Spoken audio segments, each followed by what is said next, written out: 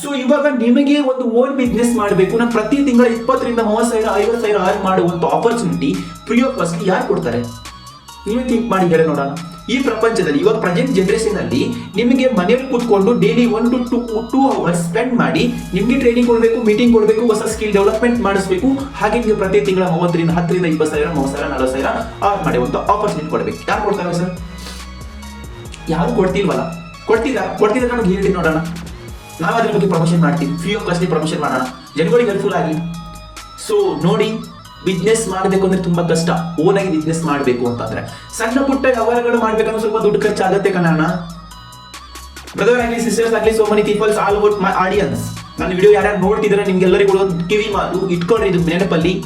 Business ಅಲ್ಲಿ without investment, without purchasing ಬಿಟ್ಟು ಬೇರೆ ಕೆಲಸ ಇಲ್ಲ. ಫಸ್ಟ್ ಯು ವಿಲ್ ಸ್ಟಾರ್ಟ್ಅಪ್ ಮಾಡಿ ಕಂಪ್ನಿ ಯಾಕೆ ನಿಮ್ಗೆ ಕಮಿಷನ್ ಪ್ರೊವೈಡ್ ಮಾಡುತ್ತೆ ಗೊತ್ತಾ? If you first company partner ಆಗ್ತೀರಾ.